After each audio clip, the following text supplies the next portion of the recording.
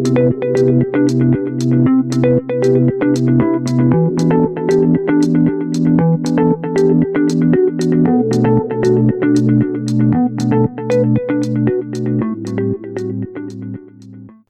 are listening to This Week in Palestine, Truth and Justice Radio, WZBC, Boston College.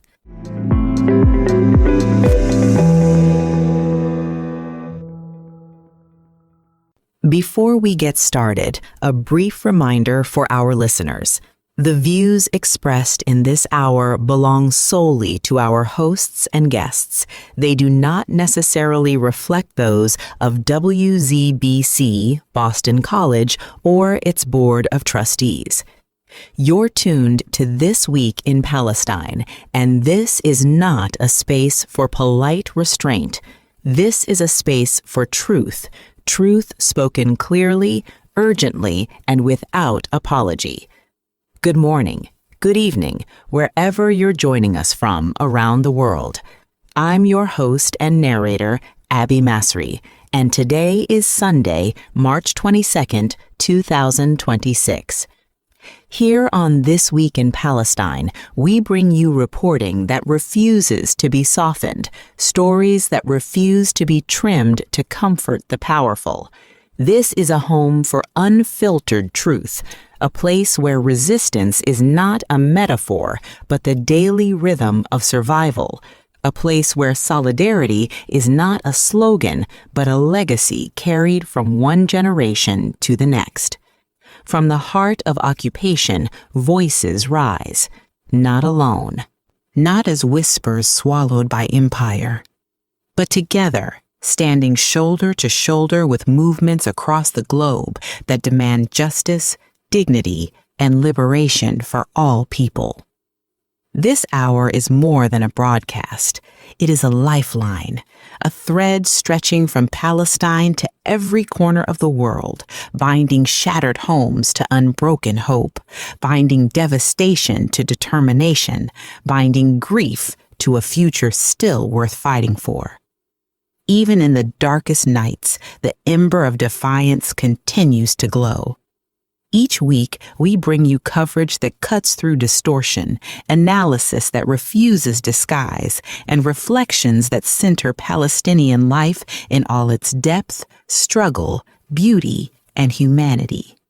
We do not soften, we do not dilute, we speak with precision because the stakes are far too high for anything less.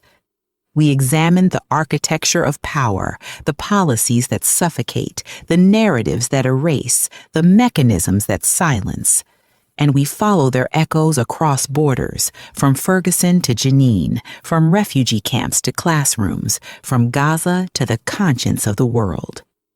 This Week in Palestine is not a refuge for polite avoidance. It is testimony, it is urgency, it is solidarity without apology. Because the struggle for liberation does not belong to one land, one people, or one moment in time. It is shared, it is global, and it is sacred.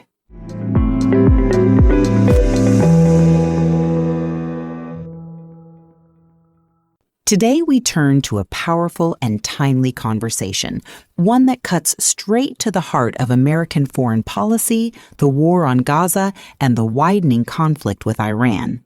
The discussion comes from the Foundation for Middle East Peace's program, Occupied Thoughts, in an episode titled Iran, Gaza, and Accountability, a conversation with Ben Rhodes.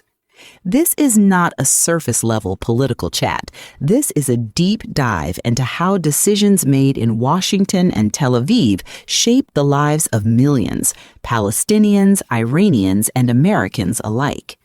Let's break it down. In this episode, former White House official Ben Rhodes sits down with Palestinian-American writer and policy analyst Ahmed Moore to examine the U.S. and Israel's attack on Iran and the war that followed. Their focus is sharp. How did we get here? Who is driving these decisions? And why is there so little accountability for the consequences? Ben Rhodes is not just another commentator. He served as Deputy National Security Advisor to President Obama from 2009 to 2017.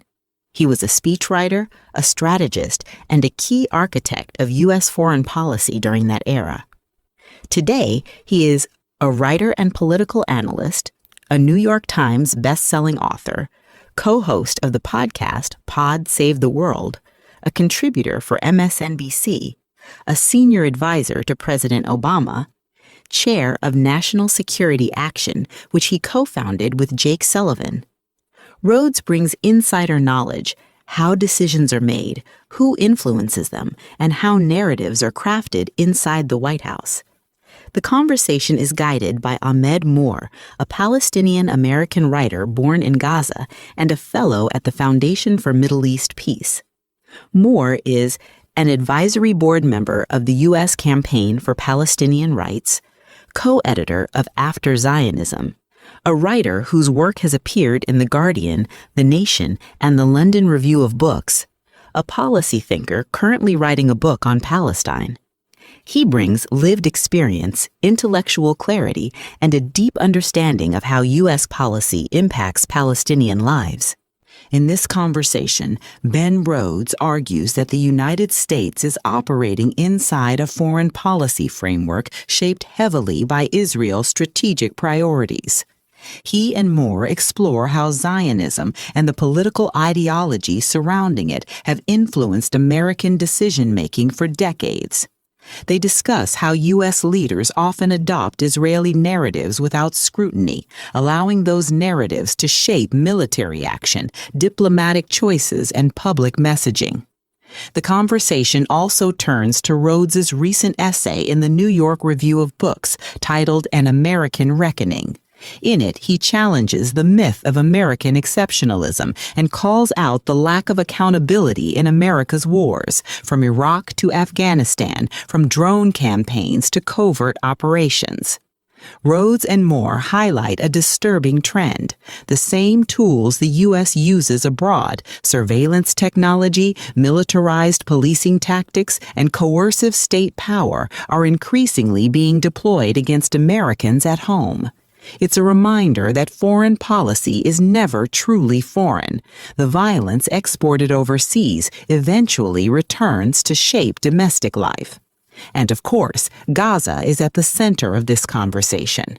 They examine how U.S. support for Israel's military operations has fueled devastation in Gaza, how American weapons and political cover enable the ongoing siege, and how the war on Iran is intertwined with Israel's regional ambitions.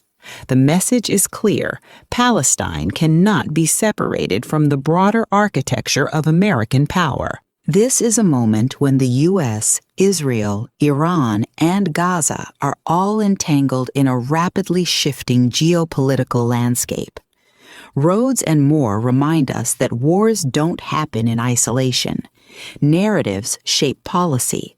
Power operates through ideology as much as through weapons. And accountability, real accountability, is almost always missing. For Palestinians, the stakes are life and death. For Americans, the stakes are moral, political, and increasingly domestic. For the region, the stakes are nothing less than the future of stability and sovereignty.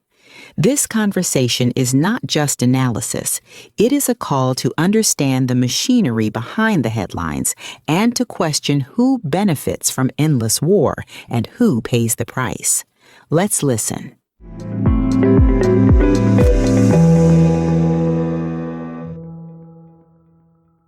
Ben, we're talking because you wrote this fantastic essay in the New York Review of Books. But before we get into that, I think given the catastrophe in Iran, it bears speaking about that topic first. And so my first question, I don't know how much you spend, I don't know how much time you spend on Twitter, but Lindsey Graham tweeted today, and I'm reading just a part of what he wrote, but the American embassy is being evacuated in Riyadh because of sustained attacks by Iran against the Kingdom of Saudi Arabia. It is my understanding the kingdom refuses to use their capable military as a part of an effort to end the barbaric and terrorist Iranian regime. Why should America do a defense agreement with a country like the Kingdom of Saudi Arabia that is unwilling to fight Hopefully, this changes soon. If not, consequences will follow. How do you interpret that? What is going on here? Well, I think Lindsey Graham, the only useful role he plays is he kind of says all of the quiet parts out loud. In that, if you listen to him in the last few days, he's kind of unhinged, and he's basically been talking about, the need to kill a lot of people in Iran, the need to take Iranian oil, the fact that the U.S. can make a lot of money on the back end of all this destruction, and now he's threatening Gulf partners of the United States. And look, I think that what Lindsey Graham has done is he's kind of fully aligned himself with the Netanyahu government's view of the region, which is that you unleash chaos on everybody else in the region and then insist that they welcome this new dynamic as which is fundamentally a mixture of Israeli hegemony in the region, facilitated by the U.S., which then tries to reap some of the benefits. And the one thing I'd say is that this catastrophic war in Iran, we're at the early stages of being able to evaluate the consequences.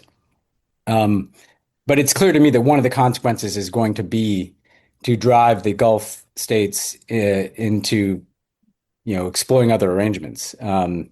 I talk to people in that region, and they've relied on the United States for their security, sure, like Lindsey Graham says, but it's been, and I've been critical. Anybody who listens to me over the years, I've been very critical, particularly of the UAE and Saudi Arabia. And yet, I also think it's completely bogus to suggest that the U.S. has gotten nothing out of these arrangements. The free flow of energy, oil and gas from the Gulf states has kind of facilitated the entire global economic model of the United States. Those countries, and particularly Saudi Arabia, invest a lot of money in the U.S. economy. And just geopolitically, the U.S. gets benefits from having these extremely wealthy kind of swing states in geopolitics tilting in our direction instead of the direction of China and Russia. And so that mindset from Lindsey Graham is going to compound the insecurity Gulf states feel by having the United States, their security guarantor, put them at risk, quite literally, by launching a war whose inevitable consequence was going to be attacks on the Gulf states. So I just think it's short-sighted, it's callous, but it's useful that Lindsey Graham actually says these things because it kind of clarifies what we all can see with our eyes. Right. Without buying into the assumptions that underpin American hegemony globally.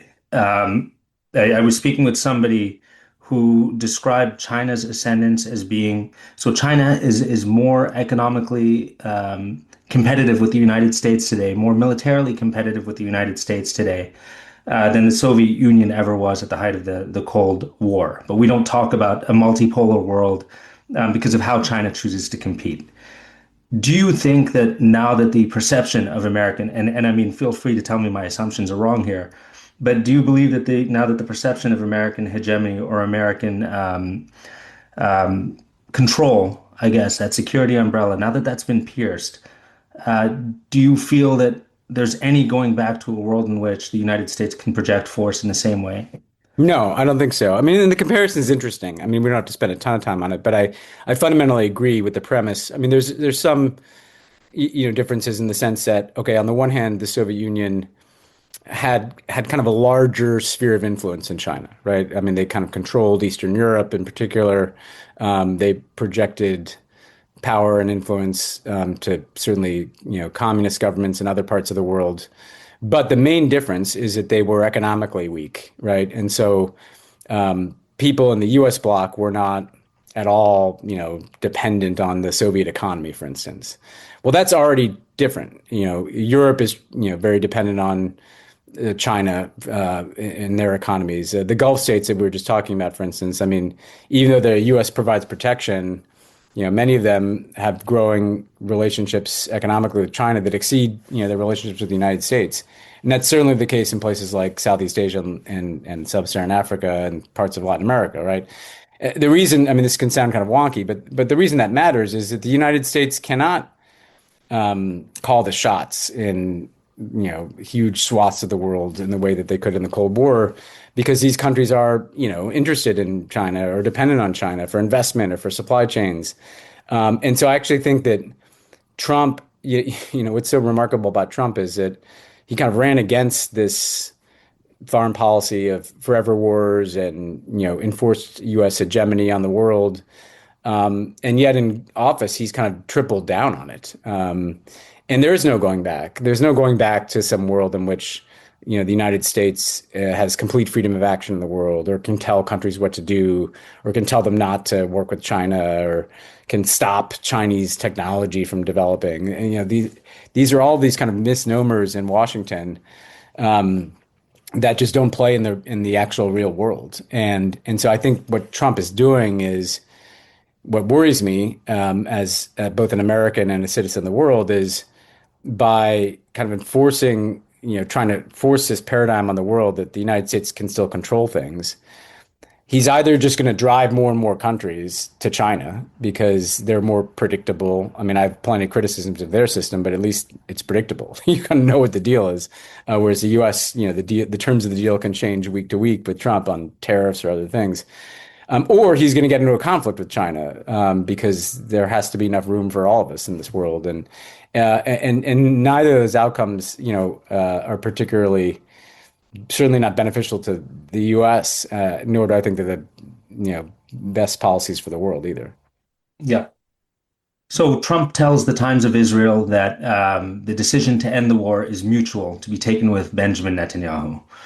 Several days ago, it feels like a lifetime ago now, but Marco Rubio tells a bunch of journalists that the war is being fought effectively because of Israel. Israel chose the timing, would have chosen the timing. Consequently, the U.S. would have become involved.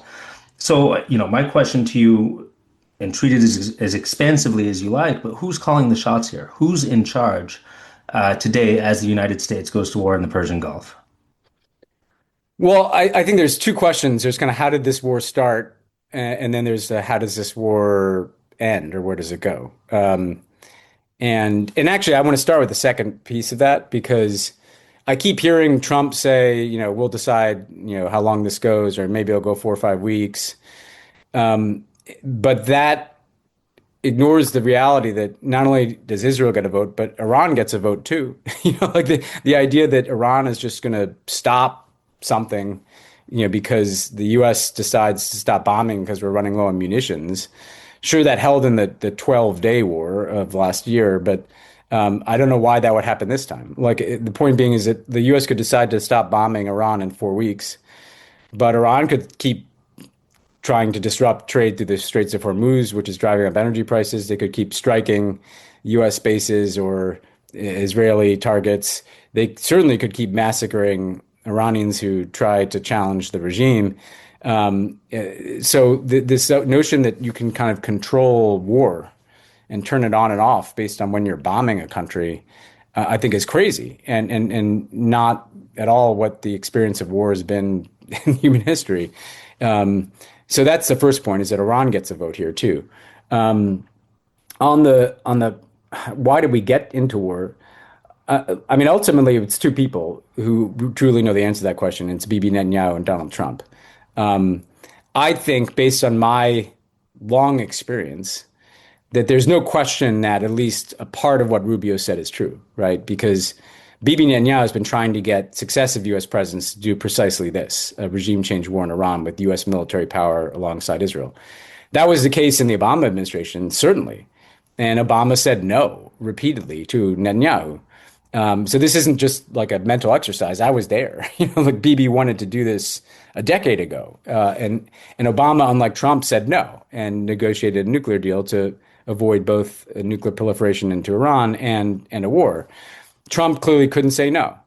And so it seems to me, and if you look incrementally over time, this didn't start a few weeks ago. And I would argue it started when Trump pulled out of the JCPOA, the Iran nuclear deal, in his first term. That sets you on the pathway to this war. Like, once you foreclose diplomacy and say, I'm pulling out of an agreement that the Iranians were complying with, you're kind of on a slippery slope to war unless you do another deal. And what we've seen during Trump's presidencies, like, let's put Joe Biden aside, is you pull out of the nuclear deal, then Trump assassinates Qasem Soleimani, the head of the IRGC, which is going to further ratchet up these tensions. He goes to maximum pressure sanctions. Biden doesn't come back into the nuclear deal. So on the one hand, Biden didn't go to war with Iran like Bibi probably wanted him to. But on the other hand, he didn't go back into a nuclear deal. Then you get into the second Trump term, and the first 12-day war. Remember, Israel bombed first. So this isn't, again, a mental exercise based on what Marco Rubio said. We already saw last summer Israel bombed Iran while the U.S. was supposedly negotiating with them. And then the U.S. got dragged in and started bombing again. And then Trump told them to stop. And it feels to me like this time, obviously, Netanyahu succeeded in getting Trump to go to kind of a full regime change war. Now, I imagine it's in part that Israel was saying, we're going to do this anyway. What Rubio said, like, we're going to do it anyway, and then you'll be at risk, so you might as well join us. I also think that Trump, there's something in his vanity that is in play here. I think the Venezuela operation, he thought that went really well. Look, I was able to remove Nicolas Maduro, this man who's kind of bedeviled successive U.S. presidents. We see him kind of moving towards regime change in Cuba. It does feel like, in addition to the Israel component here, there's just a guy who's out of control in the sense that he's been persuaded by the Lindsey Grahams of the world that I can be this historic figure because I can remove Maduro, remove the supreme leader, remove the Cuban Communist Party. So I think you have this kind of convergence of what Israel's wanted to do for a long time in the Middle East and wanted a U.S. president to do, which is remove the Iranian regime and kind of establish regional hegemony in that fashion, plus this kind of strange Trumpian impulse for history. And I think that's a dangerous combination. I buy that. I mean, that sounds obviously to identify one overwhelming cause of anything in such a dynamic situation is probably impossible. But I think the narrative that you just articulated sounds correct to me, sounds truthful. And I think one of the things that maybe isn't emphasized as much, but one of the casualties of the Trump and Netanyahu way of operating is American credibility, right? I mean, when you were negotiating the first Iran deal in 2015, I guess, or 2014, 2015, there had to have been a give and take, an understanding that when you say something, when the administration says something, you can take that to the bank. But now we're operating on the basis of lies, deception, perfidy. So do we recover as Americans? So when we think about off-ramps here, there's no basis for negotiation with a party that has no credibility and is expected to lie at every turn, right? That's right. I think we have a generational problem with our credibility because Trump's done two things to our credibility. One in his first term and in his second term. So when I was in government and we were negotiating, say, the Iran nuclear deal or the Paris Climate Accord or whatever the thing was, there was still a sense that you were negotiating with the United States of America and not just Barack Obama. The idea was that these are, these are deals that are going to last in successive administrations. The JCPOA had permanent elements, it had 15-year elements, 10-year elements. I mean, this was all meant to be longstanding. And look, as much as the shift from Bush to Obama, felt like a swing to people, we kept most Bush agreements. I mean, actually, our withdrawal from Iraq, for instance, was on a timeline that George Bush negotiated. We kept that agreement. When Trump came in and he pulled out of the Iran nuclear agreement, he pulled out of the Paris Climate Accord, he pulled out of the ABM treaty, the ballistic missile treaty with Russia, the Cuba normalization I did, he canceled. All of a sudden, you couldn't trust agreements with the United States lasting more than one administration. And that is a catastrophic blow to a nation's credibility. And if you look at even the Biden years, there were very few agreements that were negotiated with the intention of being permanent. I mean, maybe the AUKUS sub-agreement with Australia, which we don't have to dwell on, but it was kind of, smaller agreements. Then if you get into Trump 2, we've gotten into an even more dangerous place because not only does nobody trust that, a deal will last beyond this administration, but he's now bombed Iran twice in the middle of negotiations. I mean, both times that we've bombed Iran under Trump, there were ongoing negotiations. And so now, not only does it not feel like you can trust an agreement with the United States, but if you're talking to the United States, that might just be deception. Like that we might be sending Jared and Witkoff, to talk to people to kind of create a smokescreen so that we can then bomb them, and that's not hyperbolic. That's what happened, And so just think about this. Like we're supposed to be this superpower. Being a superpower depends upon making trade agreements, security agreements, climate agreements, what you name it, technology agreements. Nobody in the world can trust our word. And if even if Trump is, ends up just being a normal, this is his second term, then he's out. It's not like everyone's going to trust us again if a Democrat is elected, because they're going to wonder, well, this person could be in for 4 years and then we could get, JD Vance or whomever. And so I think it's going to take multiple presidents, probably of both parties, being in office and keeping agreements before we can be fully trusted again. And so you're talking about a 8-12 year timeline, assuming it all goes well, to earn that trust back. And I don't think we fully kind of come to terms with how dangerous that is for kind of the stability that you need if you're talking about things like nuclear weapons, artificial intelligence, you name it. So yeah, I think it's quite dangerous. I want to transition into more potentially touchy territory, I guess. One of the for people like me who spend a lot of time working on Palestine and Israel, you look at successive American administrations, and there are Zionists at all levels of those administrations. And I guess in the past that didn't seem to be as much of a problem when you had a perception that American interests and Israeli interests were extremely well aligned. I don't think that that was ever true, but it was a perception that some people had.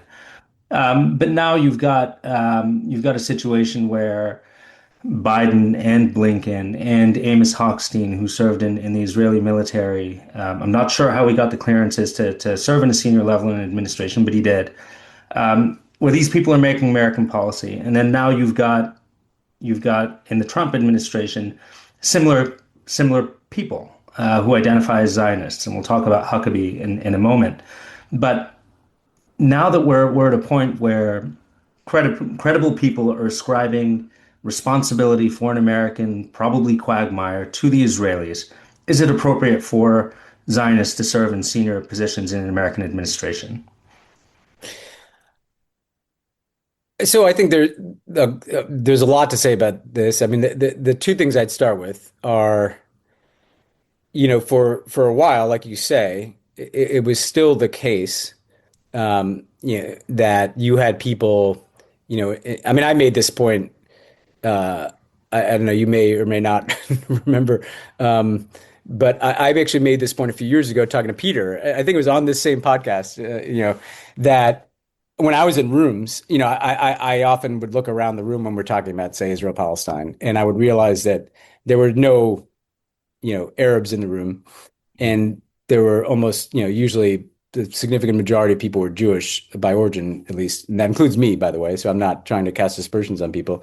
So there was just kind of a basic identity where people were more familiar with the narrative that Israel had than the narrative the Palestinians had, or more sympathetic to it, or however you want to cast that. But even though there are huge flaws in U.S. policy, which we could unpack forever, right? I mean, to take one, I think that the peace process focus, the post-Oslo peace process focus, started, I think, as an attempt to achieve a two-state solution. I think over time, it felt more and more to me like an attempt for Israel to play for time, to kind of have a Potemkin negotiation while they build settlements and create facts on the ground. But even if you put that aside, you still had a basic agreed upon framework for U.S. policy that we supported a two-state solution. Therefore, for instance, we weren't going to move our embassy to Jerusalem. There were certain things we weren't going to do. And let's take the embassy as like the key indicator of that, even though it's not the only one. And so I think, first of all, what you had when Trump came in the first time is that all those kind of final guardrails went away. And we're going to move the embassy to Jerusalem. We're going to do the Abraham Accords, which sweeps the Palestinians under the rug and just tries to, make deals with places like the UAE.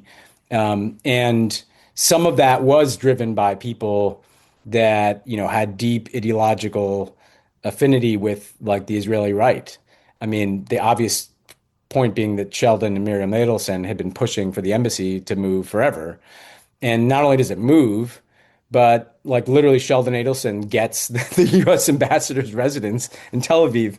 I mean, it's just not enough people know this. Like they just gave it to him or sold it to him or whatever. I mean, $100 that million. doesn't confirm like an undue amount of influence that this person can like kind of lobby for an incredibly destabilizing policy in my respect, because it kind of indicates that the U.S. is moving away from any kind of support for a two-state solution by moving its embassy to Jerusalem, and then just gives the, old, it was like almost like a trophy, to Sheldon Mhm. Adelson.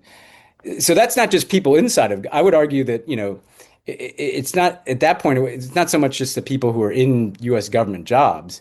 It's who is Trump responding to, in terms of making policy. Um, so it's both the disappearance of the kind of agreed upon framework for U.S. policy, which for a long time was a two-state solution. And it's also just like the corruption of how decisions are made, that becomes an issue. I think on your question, um, look, my general view is that uh, yes, it's in part like who is serving in these roles. And I would like to see much more diversity of who is serving in these roles. So I'm not sure I would say like I don't want anybody who's sympathetic to Israel, but what you need is like a much broader set of perspectives. And people that don't have, people that are clearly um, there to serve like a U.S. interest, not an Israeli perspective. Um, and um, I put it this way, like the healthiest, outcome too would be that whether it's in Congress or in an administration, that these policies become reflective of U.S. public opinion. Mhm. Because the U.S. public opinion has figured this out far more than U.S. governing elites. And if you just look at, like the pluralities or majorities of Americans who think there were war crimes in Gaza, or who think that the genocide was committed in Gaza, or think we should condition assistance on Israel, or think we shouldn't be in this war. These are healthy majorities of the American people, and overwhelming majorities in my party, the Democratic Party. And so I guess, the simple answer is to not create new tests and say, well, if you have this perspective on, on Israel, I don't want you in this administration, but more just like we want our policy to be reflective of the American people's views on this, which is a pretty simple proposition. If you embrace that framework, you would Mhm. have different people, or you'd have different, congressional behavior, which would be really important, by the way. And then you'd have therefore different people serving in administration roles. So that's my simple proposition here. It's not necessarily creating new litmus tests, but more just saying, if I'm the president of the United States or I'm a member of Congress, I actually think that our policies here should represent American public opinion and to some extent global public opinion, because we are so out of step with both. And regrettably, I mean, that's kind of a radical position to take. It really Uh, is. No, and I'm not going as far as you. I recognize that.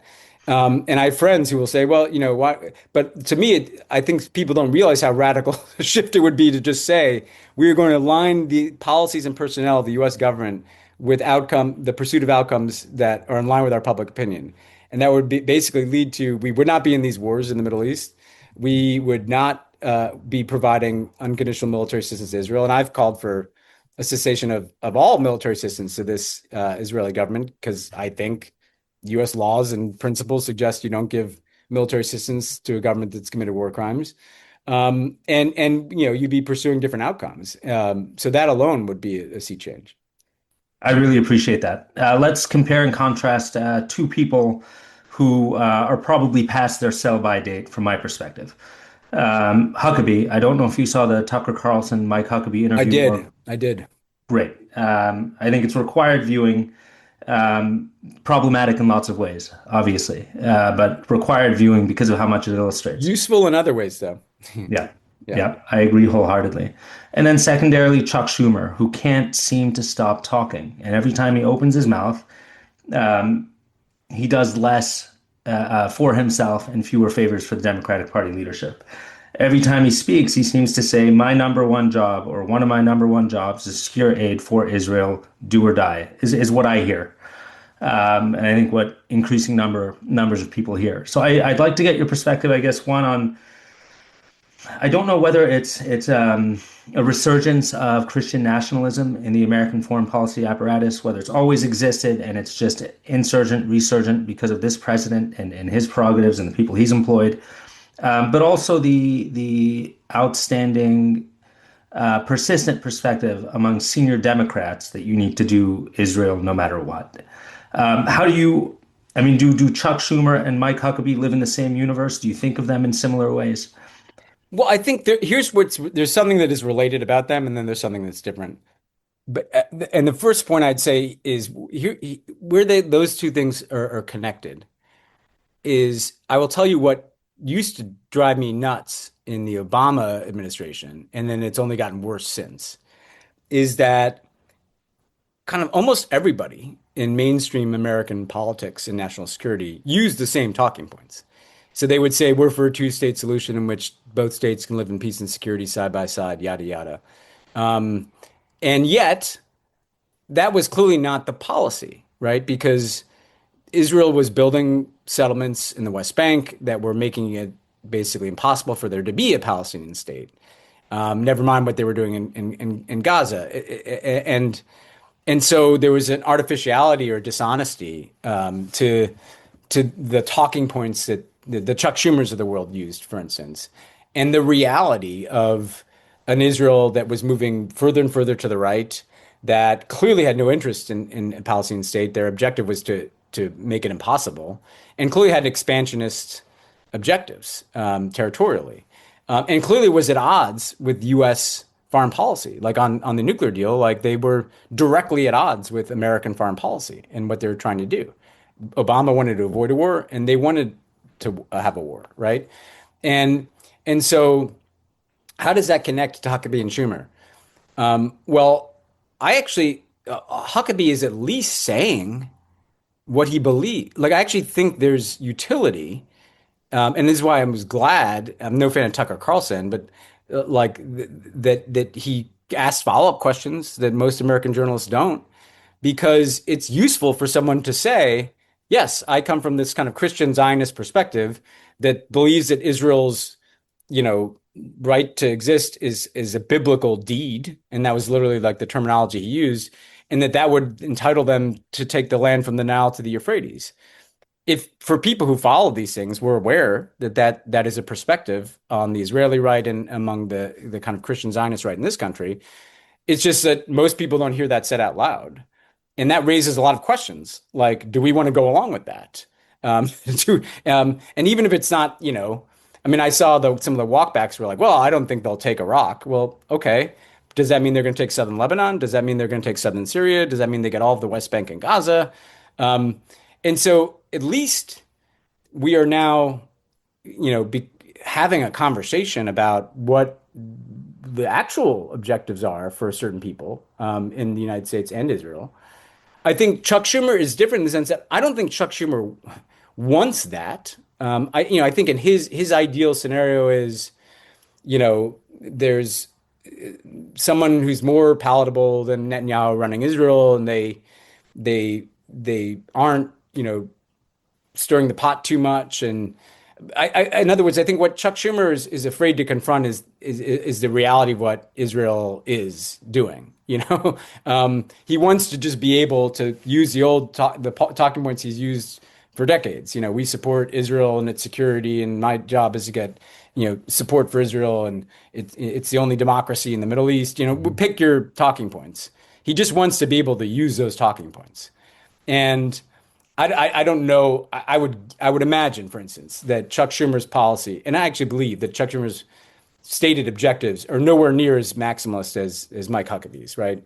But he won't adjust to the reality that is in front of our eyes. He won't adjust, and I won't even just make it about him. Like there are a number of senior Democrats who won't adjust to the reality of what happened in Gaza, or the reality of the de facto annexation of the West Bank that's going on, or the reality of the fact that it is not at all in America's interest to have launched this war in Iran.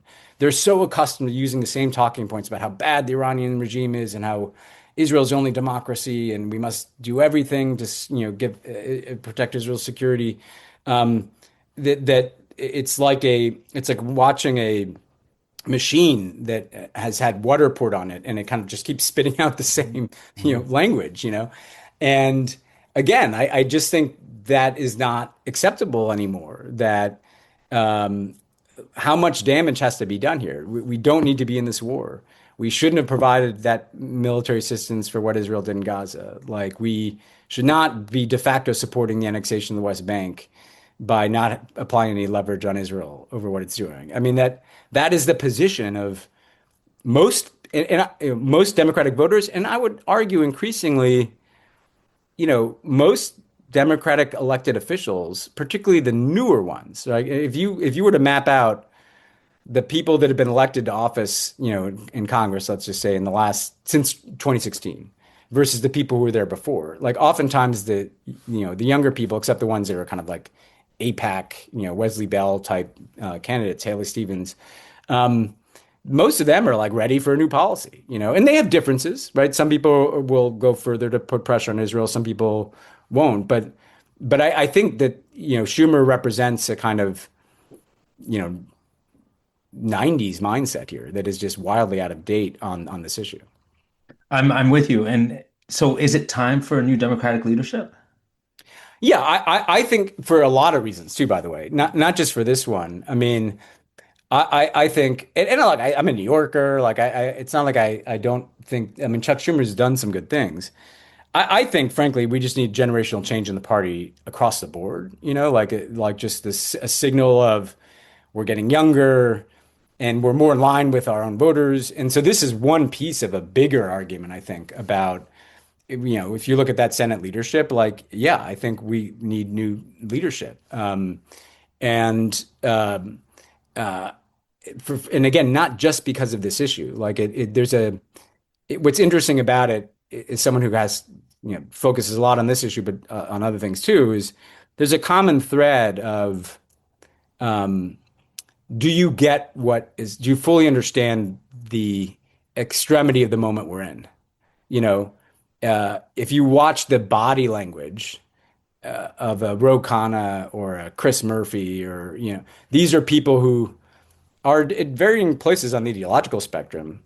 It's not even like a left center issue. It's just like, do you understand the extremism of the Israeli government, or the extremism of our own government, or the extremism, or the fact that we're not going to be able to just go back to something comfortable? And, versus Schumer's kind of like feels like he's still governing in before times, Mm-hmm. And to me, that's the central challenge, is to kind of regenerate with people who kind of get like just how dangerous this is. I mean, the other example I give is let's just take Gaza and Iran, and which spans both administrations. This is, I'm not suggesting that there was some like golden age of U.S. Israeli partnership. In the same way that, I would say the same thing about the Republican Party has been pretty out there for a long time. Mm-hmm. But there's just a lack of an awareness. There's this desire to carve this out. Well, we usually give them support, Israel support for their all their military operations. So we'll do it this time. And no accounting for the fact that this was like a just wildly, destructive, inhumane, criminal military operation. In the same way that, like, oh, there's some Democrats you could feel like they don't want to be seen as being for the Iranians. Mm-hmm. And so they say, well, I'm going to give you 3 paragraphs about how terrible the Iranian regime is, and then I'm going to say, like, I want to hear the administration make its case. No, like we have an autocrat who's launching wars all over the place. Like, we don't want that to happen, period, full stop. Like, whatever you think of the Iranian regime, like Donald Trump, first of all, war is bad and we shouldn't be starting new ones that we don't have to start. And also, like, Donald Trump is not someone I want, starting illegal wars anywhere, full stop, right? And so I know I went on there for a second, but the point is that, like, you can't carve out these things, Yeah. and say, well, I'm against Trump, but I'm for his illegal war in Iran, or I'm against the, right-wing coalition that's governing Israel, but I think we should give them unconditional military assistance to completely destroy Gaza. Like Defensive weaponry. there's a Yeah. logical incoherence to that, and Americans get that, and I think that, and I've written this, but they won't trust you to fight for their health care if they see you being so disingenuous on Gaza or Iran, because it seems like then you're full of shit. I mean, for Yeah. lack of other way of putting it, like Azor Mamdani has more credibility to try to lower your prices because he's not taking like seemingly dodgy positions on Israel Palestine. Like at least, and you may not even agree with all of his positions, but at least he's telling you what he believes. And I Right. don't know that Mike Huckabee is telling you what he believes. I don't think people feel like Chuck Schumer is even telling them what his actual perspective is on some of these things. I think that's accurate. You've put you brought up a really important point, which is the extremity of the moment. We are in a disastrous historical moment. One question that keeps coming to my mind is why didn't Merrick Garland release the Epstein files, given the fact that we were walking into a Trump presidency, given the fact that we knew that this person was unhinged, that he was unmoored from reality in lots of ways that are meaningful right now. What is your, and I know I'm inviting speculation into the conspiracy world, Yeah. but these files were there. There are some really concrete, credible allegations of Trump engaging in bad things with little girls. You can read the political reporting, which we'll link to when this podcast goes up. Why didn't Merrick Garland release those files? I mean, on this, I don't know. I should just say, like, I wasn't in the Biden administration. My guess is that, because, and this would connect to his, refusal to try to prosecute Trump until after the January 6th committee. So waiting And we're 2 years. going to talk about accountability as well. Yeah.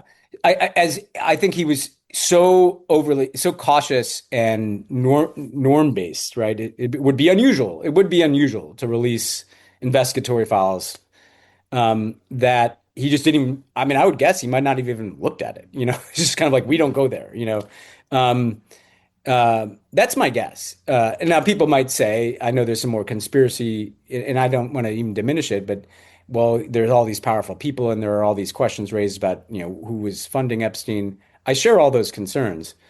On this one, though, I actually believe that, the thing that links Merrick Garland's behavior across the Trump prosecutions and the Epstein files is just is a caution, is just a sense that I don't want to do anything that someone might say is unusual. Or politically motivated. So therefore, I'm going to do nothing. And I obviously think just taking the Trump prosecution piece, and you can add an Epstein, that was an historic mistake. But I think it was probably that more than it was like he was trying to protect somebody. I actually think it was just like he was going to be extra cautious. I believe in simple explanations. Yeah. No, I do believe in simple explanations. I don't think we need a conspiracy if we can explain it just through it's a 6 million or 4 million, document trove, and it's a lot to get through. And maybe the guy had other priorities, but it just feels like a big missed opportunity here. Yeah. I want to transition to your excellent essay in the New York Review of Books. It's called An American Reckoning, and it starts off with a heretical statement, or rather, I think there are two themes. One is American exceptionalism. We don't need it. But then the second one is accountability. And I'd say probably both of those things are heresies in the context of America in 2026. I'm going to read from the essay. This is just the opening paragraph. And it does a nice job of capturing, what the whole essay is about. But long after he served as Secretary of Defense, Robert McNamara carried the memory of Vietnam around like a cross, simultaneously punishing and redeeming himself through his statements on the war. Yet the limits of his re-examination help explain why America is now enduring a blend of the authoritarianism and imperialism that it once deployed abroad. McNamara, like the country he served under Presidents Kennedy and Johnson, could acknowledge mistakes in Vietnam, but he never questioned the American exceptionalism that put us there in the first place. So two really notable words in that paragraph. That's your opening paragraph. One is the word imperialism. We didn't think in those terms 10 years ago. The second is the American exceptionalism. Can you just unpackage and help explain what you're thinking here? Sure, and I think those things are connected. And essentially, I was writing about McNamara, but as you know by reading it, I was also writing about today. I was writing about myself. I was writing about Gaza. But to take McNamara as the jumping off point, he far more than other officials in the Vietnam War, he was actually willing to be self-critical after the fact. Now, he should have done it, before, but long after the war, late in life, he started kind of going around and saying we made all these terrible mistakes. But what was interesting to me in reading that record is that he would talk about mistakes in the application of force, mistakes made in escalation or mistakes made in not pursuing certain diplomatic options or not understanding the dynamics.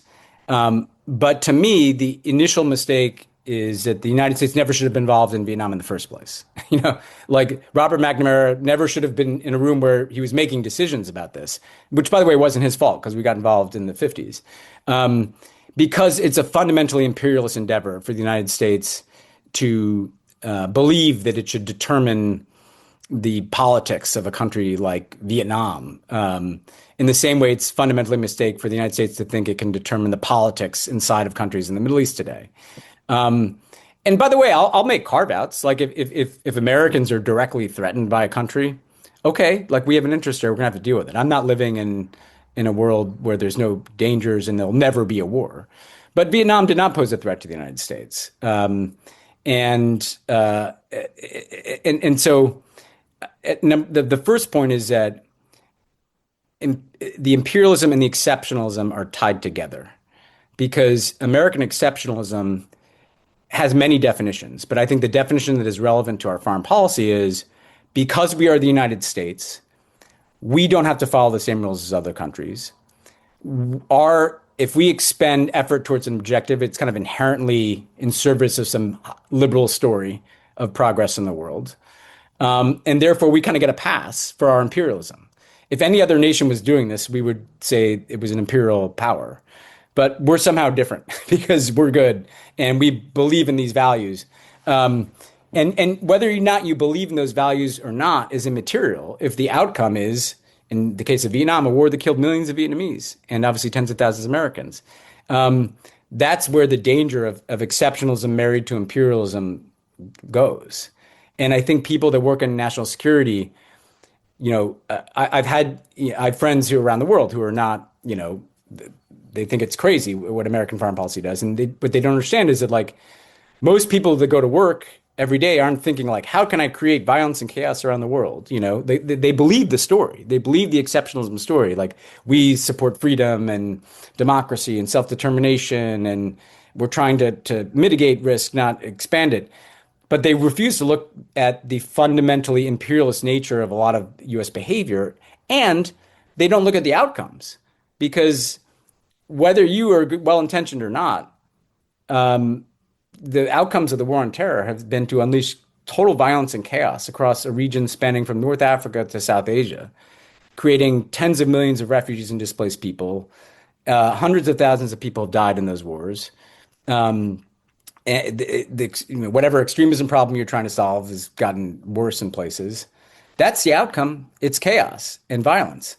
And so you can't hide behind the story anymore. I mean, it was kind of the point I was making. You have to confront the reality. And you make the point and then you expand on the point or extend it to the point of a boomerang where the behaviors abroad recoil, rebound. And so you write, post-September 11th, legal authorities are used for everything from imposing tariffs to deporting Black and brown people. The dishonesty embedded in aspects of American foreign policy is now a central feature of American governance. The president and his agents can brand Renee Good and Alex Priddy as domestic terrorists. McNamara, with his 20th century certitude about American exceptionalism, has become a different kind of cautionary tale in 2026. And so this resonated strongly with me. I think other people have noted that the imperial behavior, what happens at the margin, always rebounds to the core. But we also live in a majoritarian electoral system that seems to reward the extremities. It feels like we're in a centrifuge that's spinning out of control. You can say extreme things, implement extreme policies, appeal to your fringe, and win an election more than somebody who's going to hew to a more reasonable policy would be able to do. And so is this kind of a single direction in the trajectory of the American story? And this is painful for me. I want to be clear. I remember life before becoming an American citizen. I'm not somebody who's, going to condemn the United States no matter what. You become an American, you're a human being suddenly. You can succeed in America. My parents built a business here. And so, but it feels like we're on a trajectory which is where things are kind of coming apart a little bit. Yeah, 100%. And like, let's do the negative, and then I want to introduce a positive. But all these ways in which we make our foreign policy has always been the most exceptionalist place for presidential power. And I'll just do this quickly, right? Like, Americans got accustomed to dishonesty in our foreign policy. Like Vietnam, famously, they were lying to the American people when McNamara was there about foreign policy in a way that they probably would be less willing to do if it was about domestic policy. You don't, like, just trust our narrative over here. It's something that's maybe not as important to you. Now, it became important to Americans because they were fighting there because of the draft. And that's actually what, but like, let's simplify it. Like, the dishonesty in our foreign policy is now used at home. So in the same way that we said we have to bomb these countries because they're all, posing a threat to us and they're all terrorists. Renee Good and Alex Preddy, they're domestic terrorists. I mean, it's the same language. It was justified to kill Americans, white Americans. I mean, I'm not saying that shouldn't matter, but it's a way to get people's attention, the same dehumanizing rhetoric that was used often against brown people in Middle Eastern countries suddenly being used against everybody in Minneapolis. The legal authorities of the war on terror, the idea that presidents can just do whatever they want and deploy the military increasingly without Congress. Well, that's what they're doing with ICE, right? And they're using these emergency powers to deploy the National Guard, to deploy ICE into communities. They're targeting communities, Black and brown communities in the United States, I think in part because there's such a kind of desensitization of targeting those communities abroad. You do it for 25 years in other parts of the world. Suddenly, you're doing it at home. And the same language was used to talk about terrorists after 9/11 overseas is how Trump describes people who are immigrants here. It's literally the same rhetoric of dehumanization, and they're all violent criminals, and they must be met with force. So that's brought home. The equipment that ICE is using is surplus equipment from the war on terror, right? So like, we could keep going here, but the simple answer is that the narratives, the dishonesty, the legal authorities, the tactics, like ICE is literally engaged in counterinsurgency tactics that were honed in Iraq and Afghanistan are being used at home. The technologies, when you see AI being used in Gaza or used in this Iran war, it makes me worried. How does that connect to the desire for potential mass surveillance of populations here in the United States? So across the board, we have this kind of exceptionalism, this idea that we can do whatever we want, or the president can do whatever he wants in our foreign policy. That's now what Americans are dealing with in Minneapolis and other places, and it's kind of dizzying for them. But it's not to you, is it? As someone who kind of, is familiar with what the experiences of people in Palestine, or pick your, I have a lot of Afghan friends, and I write about that. None of my Afghan friends are surprised to see Minneapolis. They're like, well, that was inevitable. Like that's not even anywhere near what we went through, but it's a version of it. And the only thing I want to say as positive is that it's not that I don't believe that, like, every nation should have a sense of its own, what makes us exceptional. What should make us exceptional is actually what you described at the end, that we are a multiracial democracy where people can come here and build something and model a society in which people of different backgrounds and cultures can coexist. And so I'm not. The problem is that liberals bought the kind of expansionist exceptionalism. I wrote a bunch of speeches for Obama. That we are the ones that bring this to the world. The most powerful thing America could do for the world is set a better example. It's not like that the most powerful thing we can do is like to, through force, impose political models in other countries. And that's the shift I'd like to see people on the center to the left make, is that let's stop trying to kind of be the heroic, kind of post-World War II vision of ourselves, because that's what gets us in trouble. That's how you get a Vietnam or an Iraq and Afghanistan, now in Iran. Let's be the country that set an example. let's be the country of the civil rights movement, and other justice movements, which, I would argue had more to do with, quote unquote, winning the Cold War than like how much money we spent on defense. Mhm. No, thank you for that summary. And I think you're right. The idea of multiracial democracy, which is rooted in authentic American values, is one that I think lots of my friends on the left believe in. I certainly believe in. How we get there from where we are today is challenging to think through. I guess what I'd say about that, though, is that I agree. But if you look at my next book, you mentioned, I look at the history of this argument. It was after the darkest moments that you sometimes get the most opening. So like, Reconstruction was after the Civil War. And then obviously, and we don't have to go too far in this, but you have these massive gains made for equality. And then you have this huge blowback, right? In the same way that in the civil rights movement comes after this kind of repressive period in post-World War II, anti-communism, segregation, all these, forces in the 50s. And then you have this explosion of progress into the 60s and 70s. So I actually think because there's such a discredited, to me, the exceptionalist narrative as it relates to our foreign policy and as it relates to certain things at home here, is being so thoroughly discredited in the Trump years, there may be a moment to kind of reassert and reimagine multiracial democracy on the back end of this. So I'm mindful of time, and I want to end our conversation probably with the most explosive, untouched idea in American politics today, which is accountability. Your essay, you don't write about McNamara in a friendly way exactly. He comes across as a pathetic figure. You see him at different events in DC, and he's looking for somebody to talk to, and you get the sense nobody really wants to engage with him. But then you contrast McNamara with Kissinger. Matt Duss recently posted, we should have prosecuted people for the Iraq War. I'd argue we should, we should have, definitely. We should prosecute people for what they're doing today in Iran. We should have prosecuted some of the bankers who were bailed out through the Troubled Asset Relief Program when Obama was president, when Obama bailed them out. Obama infamously killed Anwar al-Awlaki, an American citizen, with a drone. And there's no accountability. And yet Kissinger, who said, stuff that, I don't really care one way or the other. I'm operating by a different set of guidelines. American power is justified because it's power. Now is, he was feted before he died. And Jake Sullivan, who I regard as somebody who was complicit in the Israeli genocide, is now the Kissinger professor of something or other at the Kennedy School. Yeah. And it's rich. McNamara had some degree of contrition, very, very flawed, very, very guilty. Kissinger didn't care at all and is a serious person.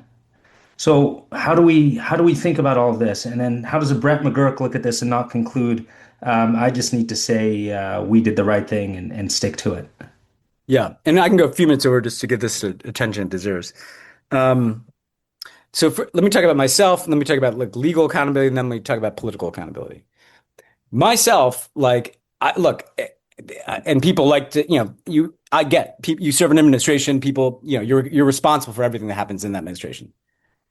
I don't feel that way, to be clear. I don't feel that way, but you were there, which is why I brought it up. Yeah, no, but I don't mean this in a aggrandizing way at all, but I actually think I have a plausible argument to make. The things I worked on the most, Iran nuclear deal, the Cuban normalization, I was, the progressive end of that administration. But I recognize I was in rooms where we talked about a war in Afghanistan for 8 years. And as I wrote in the piece, there were no Afghans in that room. I need to reckon with that. I need to own that. And you pick your issue, right? And so I actually think of my role as not, I don't think I'm in the category of those people. I think I was more progressive, but I don't think I'm entitled to go back into an administration. And I think that I'm trying to model a behavior where I got to reckon with this stuff for the rest of my life, and my job is to try to bring other perspectives in. And my job is to kind of be question the assumptions of people who are in jobs like mine.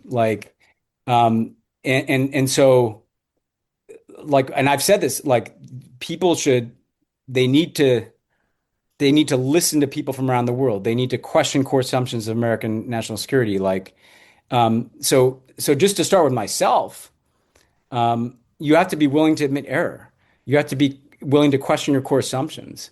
You have to be willing to question, as I say in the piece in the New York Review books, like, just because I thought I was trying to do one thing doesn't mean I can't look away from what the actual outcome is of what I was doing. I genuinely thought I was supportive of a Palestinian state. But I mean, I got to reckon with the fact that, like, I was part of an administration that sure confronted Bibi on Iran, but never really on this issue, and gave a MOU for 10 years, over $30 billion to Israel. Now, I didn't even support that at the time, and that's a whole other conversation. But I also didn't, I saw that as the weather. I saw that as things that were just going to happen. So first, I want to put myself forward as someone who's like, I don't assume that I'm entitled to some government job. And in fact, I have an obligation to speak out precisely because I was in those rooms. And if saying certain things, as I've already said, plenty of things that probably makes it impossible for me to be confirmed by the Senate, at least in any kind of current iteration, fine. Like that, and again, I really don't mean this aggrandizing. It's just, it's the least that we should do as people who think of ourselves as on the left or progressive or liberal or whatever your categorization is. Let other people in, younger people from different perspectives. It doesn't need to be me. Like, I'd like to see other people in those jobs. So that's really important, Ahmed, because like there's a kind of hyper focus in this space of like, I just got to get back in. And so therefore I'm not going to say anything that rocks the boat or anything that'll piss off, Israel or defense contractors or Cubans in, Miami, like the people that try to block your company, like, no, like we need to puncture that. And so that's part of what I'm trying to do. Then on legal accountability, I just think you have to follow that. And I think people are right to criticize whether it's Obama or Biden or whomever else. If people broke the law, then there should not be any, break on holding them accountable. They should be held accountable. Now, this gets a little tricky because sometimes people apply it to like policy. And that's different. I don't know that you can. I don't think you should prosecute people for having policies I don't like. So in a strange way, like, I don't know, launching the war in Iraq, which was the most consequential failure in many ways of the last 25 years.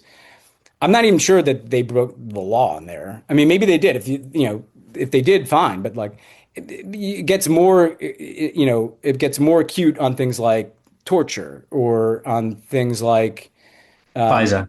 Yeah, whatever you pick. Unfortunately, pick your issue, and there I think we should be open to accountability. And I want to kind of connect it to today. So I think people are right to criticize the Obama administration or Obama, like there wasn't like a willingness to look at it. Now I do think it's important that you have to find a chain of command, that you're not just constantly holding the people following orders accountable. I'm not trying to excuse them, but like, we have to, if we're looking at illegal accountability, it's got to kind of go up the chain to where someone is deciding to authorize something that breaks the law.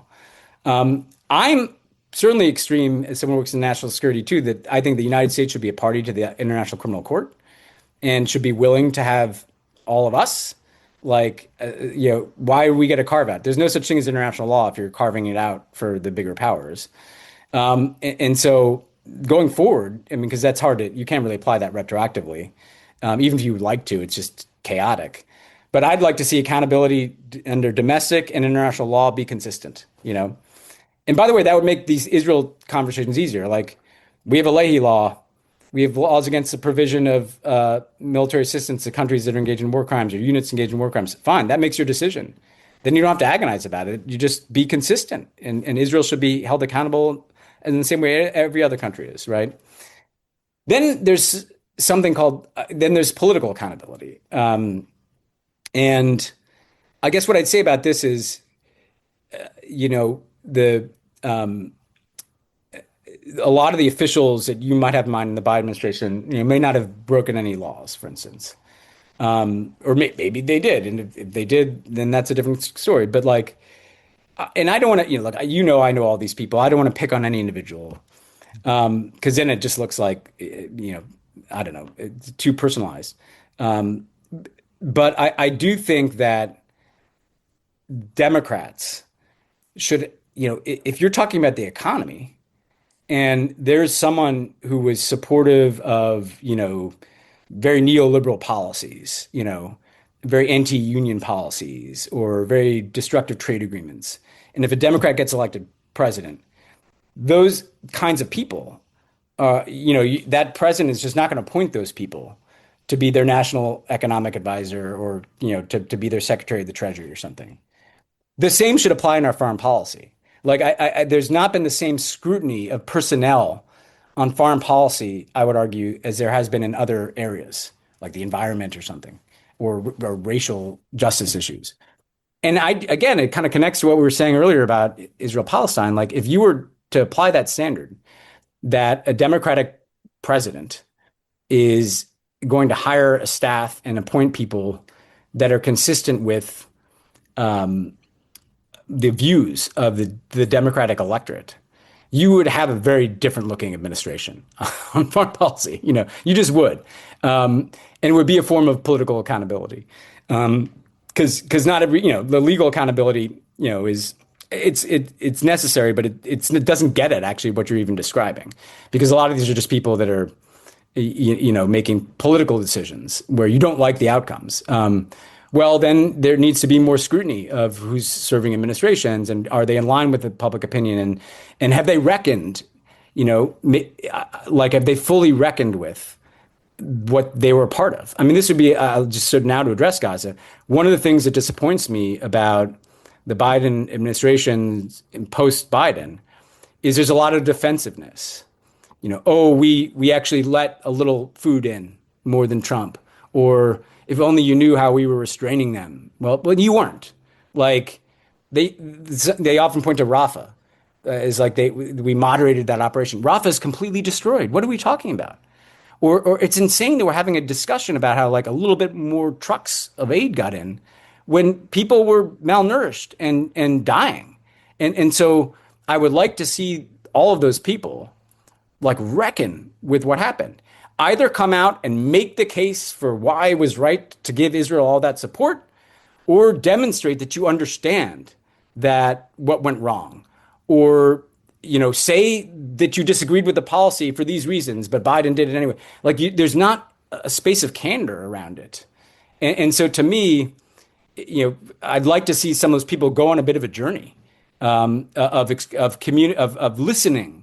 And not just spinning or rationalizing, but listening to people, Palestinians or people that from different perspectives, talking it through, and being willing to say things that might piss off AIPAC or whoever it is you're scared of, because otherwise, I think you're not demonstrating that you understand what happened, which is like you were providing military assistance to a government that was serially committing war crimes in ways that will be profoundly destabilizing, not just to Palestinians but to the whole world, I think. And so that's what I'd say is like the personal, legal, and political accountability has to apply across the board. And if it does, you'll get different these administrations will look different in the future. I really appreciate how you think about these topics. I wish there were many more people like you in positions of authority in our government, certainly working on foreign policy. I also want to say a word of thanks for how outspoken you've been about the 185 young girls and their teachers who were killed by some American bomber in Iran. I think that's something, you've talked about the dehumanization. That's something that hasn't achieved the kind of wall-to-wall media attention, attained that wall-to-wall media attention that it should here in the United States.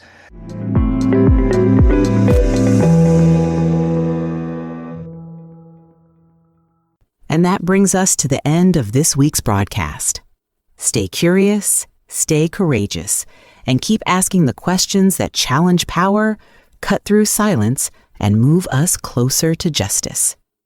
I'm Abby Masri, your host and narrator.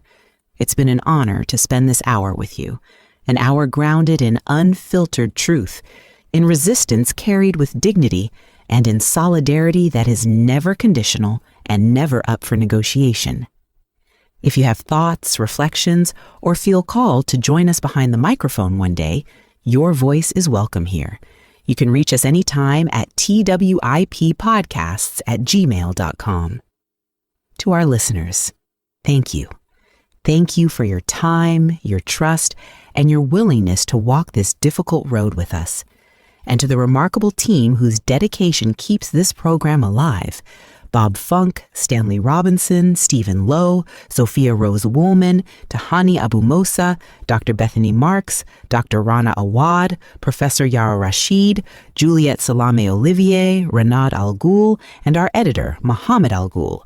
Your commitment, your heart, and your steady hands are the lifeblood of this show.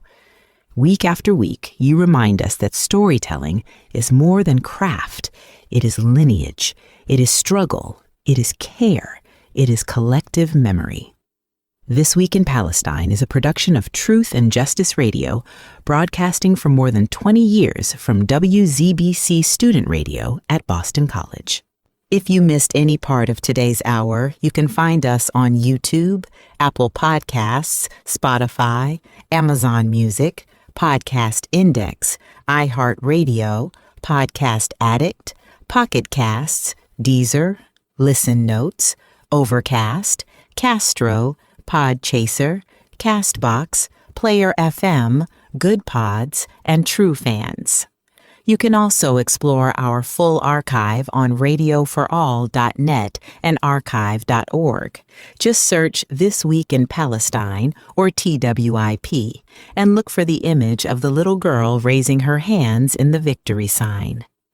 We're also on Million Podcasts, a platform uplifting Arab American creators and helping listeners discover new voices. Visit www.millionpodcasts.com to explore their growing library, including ours. Thank you for being here. Thank you for listening. We'll be back next week. Until then, take care. Stay steadfast. It is not Israel. It is occupied land. It is Palestine. Free Palestine, from the river to the sea.